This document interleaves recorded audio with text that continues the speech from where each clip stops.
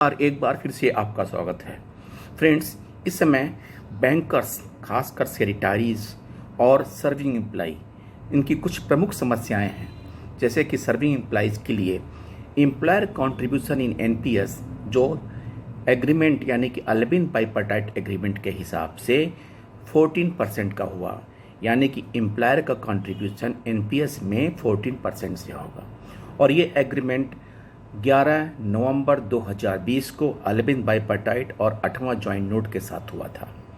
फिर उसके बाद 25 जनवरी 21 को इसका प्रपोजल भेजा गया गवर्नमेंट के पास, और फैमिली पेंशन और एनपीएस कंट्रीब्यूशन दोनों का अप्रूवल 25 अगस्त 2021 को टीएफएस द्वारा कर दिया गया। लेकिन एनपीएस कंट्रीब्यूशन का इम्प्लीमेंटेशन सितंबर माह के सैलरी के साथ नहीं हुआ था, यानी कि अभी भी after the approval from the DFS the NPS contribution जो 14% एम्प्लॉयर का शेयर है वो अभी इम्प्लीमेंट नहीं हुआ। दूसरी बात, फैमिली पेंशन का, जिसको आरबीआई के अमोर्टाइजेशन के लिए प्रपोजल गया था, वो 4 अक्टूबर को अप्रूव हो गया, और 5 अक्टूबर को आईबीए ने state bank chairman MD and C of all member banks to अल्बिन bipartite settlement and joint note signed on 11 November 20 के तहत सबको सूचना दिया कि एमोर्टाइज गवर्नमेंट के फैमिली पेंशन का जो है वो एमोर्टाइजेशन हो चुका है, और उसके अकाउंटिंग प्रोसीजर के बारे में बताया जा चुका है। अकॉर्डिंगली बैंकर्स इसको अपने यहाँ एक्ट इम्प्लीमेंट करने के लिए जो प्रक्रिया बाकी है, जो प्रोसेस बाकी है, वो पूरा कर सकते हैं। यानी कि अभी जो एग्रीमेंट अल्बिन बाइपार्टाइट के अंतर्गत हुआ था वो अभी तक इम्प्लीमेंट नहीं हुआ है। हमारे बहुत से साथी फैमिली पेंशन के बारे में पूछते हैं कि फैमिली पेंशन कब से मिलेगा, अभी तक अक्टूबर की सैलरी से, नवंबर की सैलरी से। लेकिन जैसा कि आपको बता दूं कि 5 अक्टूबर को आईबीए ने मेंबर्स बैंक को सूचना दे दिया है, और अभी इस माह में 25 दिन लगभग बाकी हैं, तो मोस्ट प्रोबेबली ये इम्प्लीमेंट हो सकता है। इसमें अभी जो बोर्ड से अप्रूवल की प्रक्रिया बाकी है, ताकि पेंशन रेगुलेशन में जो अमेंडमेंट है वो हो सके। और हम उम्मीद करते हैं कि अक्टूबर माह की सैलरी यानी अक्टूबर की फैमिली पेंशन नवंबर के जब 1 को पेमेंट हो तो इसका साथ भुगतान होने की पूर्ण संभावना है, ताकि दीपावली के पहले फैमिली पेंशन का लगभग हमारे 1.5 लाख फैमिली पेंशनर जो वेट कर रहे हैं उनकी आशाएं पूरी हो जाएं। दूसरा, अविलंब एनपीएस कंट्रीब्यूशन के बारे में जो पिछले जब से लागू हुआ है तब से उसका भुगतान एम्प्लॉयर कंट्रीब्यूशन का भी होना चाहिए। और तीसरी बात हेल्थ इंश्योरेंस के बारे में है, जो कि जब से हेल्थ इंश्योरेंस का प्रीमियम बढ़ा है तब से विभिन्न ऑर्गेनाइजेशन, चाहे रिटायर्ड एसोसिएशन का हो, चाहे एआईबी हो, चाहे एबीआईपीआरसी हो, सब अपनी तरफ से केवल पत्र लिख लिख के अपने पूरी कर रहा है। और ये प्रक्रिया हर वर्ष होता है, और अल्टीमेटली रिटायरीज को बढ़ा हुआ प्रीमियम पेमेंट करना होता है। और अभी भी पत्राचार चल रहा है, कोई जीएसटी को घटाने की बात कर रहा है, कोई प्रीमियम कम करने की बात कर रहा है, कोई सुझाव दे रहा है कि रूम रेंट कम कर दिया जाए, यानी विभिन्न प्रकार के, चाहे एआईबीए हो चाहे अन्य संस्थाएं हों।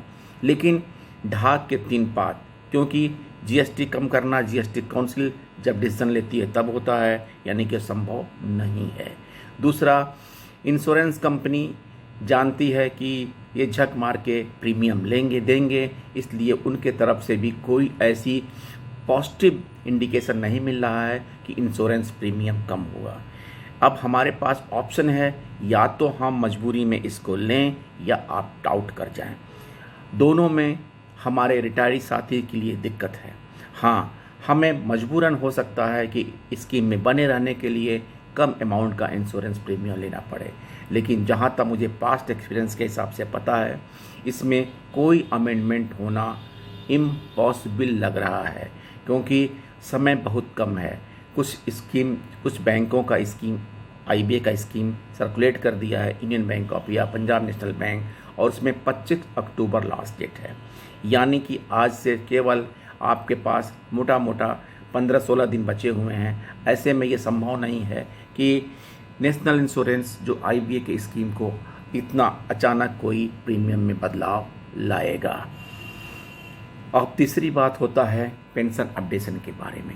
पेंशन अपडेशन के बारे में आज हमारे कुछ रिटायर्ड एसोसिएशन के लोगों ने, जो Shri Tejasvi Surya member of parliament Bangalore south and submitted से मुलाकात किया and submitted a memorandum on the long pending issues including the burden of health insurance premium of pensioners of bank industry. He gave a patient listening to our presentation. In response to our presentation, he said that he is aware of all the issues of pensioners of bank industry and he assured to arrange a meeting with the Indian Finance Minister at Delhi. He also assured that he will raise the issues in the parliament.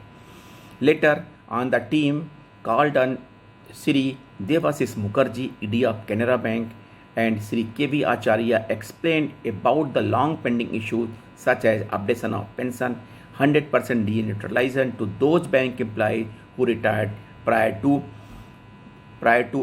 1st November 2002, heavy burden of health insurance premium, etc., and sought the intervention of Sri Mukherjee as a member of IBA internal committee to the study and submit a report of a feasibility of updation of pension and appeal to him take a positive view and help mitigate the long pending issue of the bank pensioner. General Secretary Sri A.N. Krishnamurthy made a submission about the steep hike in health insurance policy premium, which is just unaffordable, and stressed the need to subsidize the IBA group Mediclaim policy premium amount, which is sought up to the 50,000 approximate. He drew the attention of ED to letter addressed to the bank in this regard.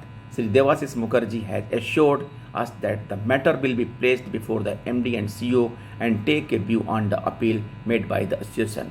और association के लोग different bank के अपने अपने MD को पत्र लिख रहे हैं, उनको सब्सिडाइज करने की रिक्वेस्ट कर रहे हैं, लेकिन ऐसा नहीं लग रहा है कि किसी बैंक के, खासकर से सेंट्रल बैंक ऑफ इंडिया के लोगों इसको सब्सिडाइज करेंगे। लेकिन हमारे पास ऑप्शन कुछ नहीं है। बेटर ऑप्शन ये है कि हम छोटे अमाउंट का इंश्योरेंस प्रीमियम अवश्य लें ताकि IBA स्कीम में हम बने रहें, क्योंकि एक बार छोड़ देने के बाद शायद मुझे इस अपॉर्चुनिटी मिलेगी नहीं मिलेगी, लेकिन प्रीमियम में कोई भी रियायत मिलने की शंका एकदम से नहीं है। Thank you friends, thank you.